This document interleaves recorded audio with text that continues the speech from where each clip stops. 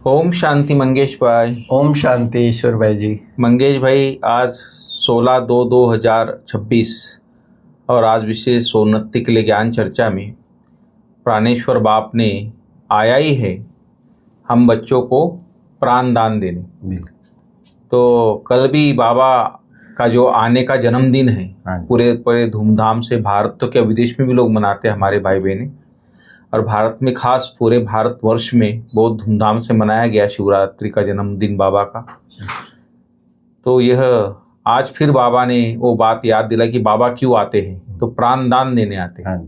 तो प्राण दान मिलना अर्थात तमो प्रधान से सतो प्रधान बनना। हाँ जी, वो थोड़ा बताइए। प्राणेश्वर बाबा जी, प्राणों का ईश्वर, आत्मा का जो ईश्वर है, पिता है सच्चा, और प्राण दान देने आया, जिया दान देने आया, या सच्चा जीना सिखाने आया। हाँ, तो प्राणदान उसको कहते हैं। एक तो आपने देखा होगा कि कई आदमी कभी बहुत बड़ी बीमारी से बाहर निकलता है, तो वो कहता है मुझे नया जीवन मिला, बाबा हमको नया जीवन प्राणदान देने आया। या कई बार ऐसे कोई विघ्न से निकलता है बाहर, तो भी कहते हैं कि भाई बच गए, हाँ नया जीवन मिला। या तो कोई संस्कार ऐसा होता है और किसी ज्ञानी पुरुष से कहीं से ज्ञान की बात सुन ली और उस समय वो संस्कार परिवर्तन हो गया, या आदतें पुरानी गंदी आदतें छूट जाती है, तो भी आदमी कहता है कि नया जीवन मिल गया। तो बाबा तो ये सारे ही कार्य करता है, इसलिए बाबा हमारा प्राणेश्वर बाबा हम बच्चों को रियल में प्राण दान दे रहे हैं। क्योंकि और बाबा ने जो अर्थ बताया वो कितना सटीक है कि तमो प्रधान से सतो प्रधान बनना, जिया दान देना, माना ओवरऑल संस्कार चेंज हो जाते हैं। हाँ जी, तो बहुत अच्छा मंगेश भाई, आपने तो बहुत बढ़िया बात बताई प्राण दान की। और बाबा ने हमको आके प्राण दान तो दिया, लेकिन पूरे ड्रामा का चक्र का ज्ञान सुनाया। तो हर प्रकार से बाबा ने ड्रामा का ज्ञान हमको समझाया है। तो बाबा बोलते कि ड्रामा के हर राज को जानने के कारण कौन सी सीन तुम्हारे लिए नई नहीं है। कोई भी सीन नहीं है हमारे लिए। अच्छा। क्योंकि जिसने ड्रामा एक बार देख लिया जी, वो 3 घंटे का भी ड्रामा तो वो दोबारा जब देखेगा तो उसके लिए कोई नहीं। हमारे लिए भी प्रैक्टिकल में बाबा ने सारा ड्रामा बता दिया 5000 वर्ष का।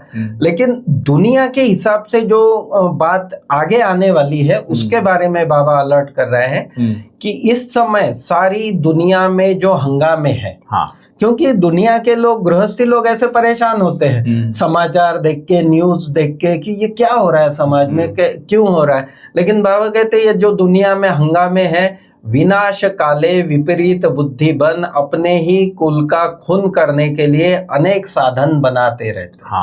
ये जो साइंस की इतनी इन्वेंशन हो रही, एक तरफ तो सुख के लिए भी बन रही है, लेकिन दूसरे तरफ साथ साथ उसके लिए शास्त्रों में गाया नहीं, यादव के पेट से मूसल निकल खुद का विनाश होने, खुद का ही विनाश, ये शास्त्रों में लिखा हुआ। हाँ जी। तो वो पेट माना बुद्धि रूपी पेट। हाँ, बुद्धि से ये इन्वेंशन मुसलमाना क्या, जो मिसाइल्स आज बन रहे हैं, आज को सारी लड़ाइयाँ मिसाइल और वो ड्रोन के आधार पर ही हो रही है। तो बाबा कहते हैं ये सारे साधन जो अपनाते हैं ये अपना ही विपरीत बुद्धि के कारण अपने ही विनाश के लिए। यह कोई नई बात नहीं, क्योंकि तुम जानते हो यह दुनिया तो बदलनी ही है। ड्रामा परिवर्तन का, ड्रामा का सीन जो है कलयुग के बाद सतयुग आना है, तो उसके लिए ये सारा होना ही है। महाभारत लड़ाई के बाद ही हमारी नई दुनिया आएगी। तो और ऐसी बातें आज से 200-400 साल पहले भी ना कई महात्माओं ने, साधु से, आपको पता हो महाराष्ट्र के एक साधु थे, उन्होंने लिख रखा है कि ऐसा दिन आएगा कि कोसों मील तक एक ही दिया जलेगा। हाँ, तो ऐसी मना उनको इंट्यूशन थी इस आगे वाले समय की, तो वो सारा लिखा हुआ है जी। और हम तो कहते कि हमारे लिए कोई नई बात नहीं, जो आज देखते भी है सारा, तो क्योंकि बाबा ने 36 से ही सारा दिखा भी दिया और बता भी दिया। ये तो कई तो एटॉमिक बम बनी भी नहीं थी। नहीं, तब बाबा ने सब दिखाया, सब दिखा दिया था। हाँ, और भी कई भाई बहनों को इसके साक्षात्कार हुए हैं सब परिवर्तन के। बिल्कुल। फिर गीत है, यह कौन आज आया सवेरे सवेरे। ये संगम युग सृष्टि का वैसे बहुत अच्छा गीत है। हाँ जी। सृष्टि का सवेरा है ना ये। तो हमको तो सवेरे सवेरे अमृत वेले भी प्रभु मिलन होता है, तो पढ़ाने के लिए भी बाबा अमृत वेले ही आता है। तो तुम अभी मुरली सुन रहे हो ज्ञान सागर पतित पावन प्राणेश्वर बाबा से। बिल्कुल, ये भी बुद्धि में रहना चाहिए कि हम सवेरे सवेरे किससे मिल रहे हैं और कौन हमको ज्ञान दे रहा है। ये जो मुरली हम सुन रहे हैं कौन सुना रहा है? जी, स्वयं ज्ञान का सागर पतित पावन प्राणेश्वर बाबा जी। फिर बाबा ने समझाया है बच्चों को आत्म अभिमानी जरूर बनना है। हाँ, ज्ञान की सबसे मुख्य धारणा हमारी यही है कि आत्म अभिमानी जरूर बनना है। बाप ही बना सकते हैं। दुनिया में एक भी मनुष्य मात्र नहीं जिसको आत्मा का यथार्थ ज्ञान, हाँ, कोई भी नहीं है उसको। आत्मा का ही ज्ञान नहीं है तो फिर परमात्मा का ज्ञान कैसे हो सकता? सही है। खुद को ही नहीं जानते तो खुदा को कैसे जानेंगे? कह देते हैं हम आत्मा सो परमात्मा, या कह देते हैं कन कन में है। बाबा कहते हैं ये सब कितनी भारी भूल है। हाँ, सारी दुनिया इसी में फंसी हुई है। फिर बाबा दुनिया का समाचार सुना रहे। बाबा कहते वंडर है ना, क्या क्या कर रहे हैं। हाँ, और आजकल की जो परिस्थितियां होती है ये पिछले 5-10 साल में ये काफी हुआ है जी। बैठे बैठे आज ठीक चल रहे, कल मिलिट्री बिगड़ी तो प्रेसिडेंट को भी मार देते हैं। ऐसे कई देशों में सत्ता परिवर्तन हुए हैं इसके बाद, या पब्लिक रोड पे आ जाती है। जैसे बहुत बड़ा संगठन तो गवर्नमेंट को भी पहले नेपाल में हाँ। तो बाबा कहते हैं ये सब होता रहेगा, आगे आगे और बढ़ता रहेगा जी। जितना जितना तुम सर्विस में जोर भरेंगे, ये हमारी बात है, जितना जितना तुम सर्विस में जोर भरेंगे, बाप का परिचय सबको देते रहेंगे, उतना तुम्हारा प्रभाव बढ़ेगा। हाँ, विघ्न भी पड़ेंगे, ये नहीं है कि प्रभाव बढ़ा तो बाबा कहते हैं विघ्न भी आते रहेंगे। इसलिए अब तुमको अपनी अवस्था को भी अचल अडोल श्रेष्ठ बनाना है। बाप आते ही है भारत में, यह भी बच्चों को समझाया है। बाप की जयंती मनाते हैं तो जरूर कुछ करने आया होगा ना, या कुछ किया होगा, तभी तो हम उसका यादगार के रूप में कितने धूमधाम से शिवरात्रि शिव जयंती मनाई गई है। बिल्कुल, कितना। तो बाबा कहते हैं जरूर कुछ करके गया। पतित पावन है तो जरूर आकर पावन मनाता होगा। ज्ञान सागर है तो जरूर ज्ञान दिया होगा जी। तो ये सारे नाम क्यों दिए हैं उसको? उसके कर्तव्यों के आधार पर दिए है, तो किया है उसने प्रैक्टिकल में। फिर बाबा कहते हैं गाया जाता है गंगा का तट हो, गंगा जल मुख में हो, तब प्राण तन से निकले। हर एक की ये भक्ति में तो खास ये इच्छा होती है कि गंगा तट हो और गंगा जल मुख में हो। तो बाबा कहते हैं वास्तव में वो गंगा जल की बात नहीं, यह है ज्ञान अमृत की बात। और बाबा की मुरली सुनते सुनते या बाबा की याद में शरीर छूट जाए तो बाबा कहते हैं इससे बड़ा सौभाग्य कोई नहीं। वो समझते हैं कि गंगा जल मुख में डालेंगे तो मुक्ति होगी या जीवन मुक्ति होगी। बाबा कहते हैं यह है ज्ञान अमृत की बात। फिर बाबा कहते हैं तुम बच्चे आते हो परम धाम से, हमको छोड़कर आ जाते हो। कहते मीठा उलाना देता है बाबा कि तुम बच्चे आते हो परम धाम से, हमको छोड़कर आ जाते हो। बाप कहते हैं मैं तो तुम बच्चों को साथ में ले जाऊंगा, मैं नहीं छोड़ा। तुम आना चाहो ना आना चाहो। बिल्कुल, मैं आया हूँ तुम बच्चों को घर ले जाने के लिए। तुमको ना अपने घर का पता है ना आत्मा का पता है जी। बिल्कुल माया ने पंख काट डाले हैं, इसलिए आत्मा उड़ नहीं सकती, क्योंकि पंख कट गए, ज्ञान पूरा उड़ गया है और आत्मा तमो प्रधान भी बन गई है। बिल्कुल। कईयों को बाबा कहते इतना भी निश्चय नहीं है, बाबा का ज्ञान सुनते रहते लेकिन पूरा निश्चय नहीं होता है। इतना निश्चय नहीं है कि बाप आए हैं बेहद का वर्षा देने।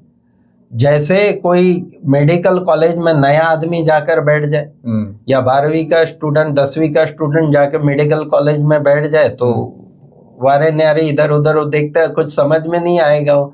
तो बाबा कहते हैं ऐसे ही कई बच्चों का होता है, कुछ भी नहीं जानते हैं। यहाँ भी ऐसे आकर बैठते हैं। इस अविनाशी ज्ञान का विनाश नहीं होता, लेकिन अगर उसने थोड़ा भी समझ लिया तो बाबा कहते हैं वो आ जाएगा स्वर्ग में। आगे चल कुछ चढ़ने की कोशिश करेंगे, ये भी पुरुषार्थ चलते रहता है, परंतु उस समय है मुश्किल। ये हम लोगों को भी ये समझने की बात है कि अगर अभी हमने पुरुषार्थ अच्छा नहीं किया तो बाबा कहते हैं आगे चलकर ये बहुत मुश्किल हो जाएगा, क्योंकि उस समय बहुत हंगामा होगा। दिन प्रतिदिन तूफान बढ़ते जाते हैं, समस्याएं जो है वो दिन प्रतिदिन बढ़ती जाएगी। बाबा समझाते हैं मनुष्यों की सूरत मनुष्यों की है और सीरत बाबा कहते कैसे हो गई है वो तो समझ जाएंगे वो बताने की जरूरत नहीं है। बाप कहते हैं भल तुम बच्चे अपनी सर्विस भी करते रहो, सिर्फ एक बात याद रखो। मूल बात हमारी है बाप को याद करो। तमो प्रधान से सतो प्रधान बनने का रास्ता बाबा के सिवाय और कोई बता नहीं सकता। सर्व का रूहानी सर्जन एक ही है, वही आकर सर्व आत्माओं को इंजेक्शन लगाते हैं, क्योंकि आत्मा ही तमो प्रधान बनी है। बाप को अविनाशी सर्जन कहा जाता है, तो अविनाशी सर्जन आकर ये मन मना भाव का इंजेक्शन लगाता है, तब आत्मा तमो प्रधान बन जाती है। यह है वास्तव में जियादान मिलना।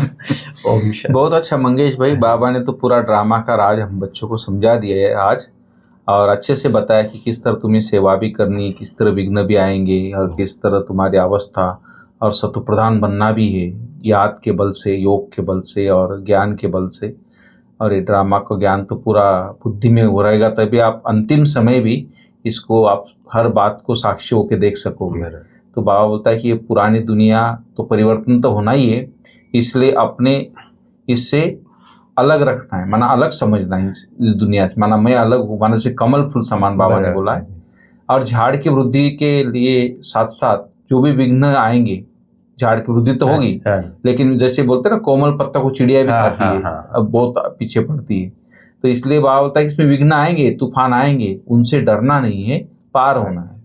और आत्मा को स्वतः प्रधान बनाने के लिए अपने को ज्ञान योग का इंजेक्शन जरूर लगाना है, अपना बुद्धि योग स्वीट होम में लगाना है। तो ये मुख्य बातें आज थी मंगेश भाई, और आज वरदान है, पहले आपके पाठ द्वारा ताजधारी बनने वाले चतुर सुजान भो। चतुर सुजान की बात बाबा ने आज कही।